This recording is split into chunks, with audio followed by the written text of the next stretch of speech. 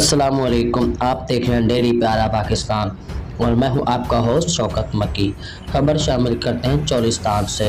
حر جماعت کے روحانی پیشوا اور جی ڈی اے کے سربراہ حضرت پیر صاحب پاگارا چولستان ہیڈ فرید تشریف لائے اور عقیدت مندوں کا سیلاب اور جمع غفیر امڈ آیا۔ تفصیلات کے مطابق حضرت پیر صاحب پاگارا خلیفہ غازی فقیر مرحوم کے صاحبزادے فقیر صالح محمد کی دعوت پر ہیڈ فرید تشریف لائے اور قیام کیا۔ صبح کے وقت عقیدت مندوں کو دیدار کرایا اور دعاؤں سے بھی نوازا۔ اس کے بعد دوسری دعوت خلیفہ قطب الدین منگریا کی قبول کی اور تشریف لے گئے۔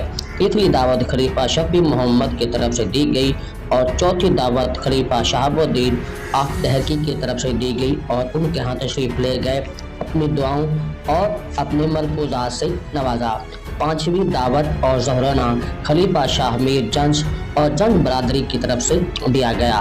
آخر میں انڈیا سے آئی ہوئی 66 میری جماعت کا شکریہ ادا کیا اور ان کے کاروباری معاملات کے حوالے سے کافی دیر بات چیت کرتے رہے۔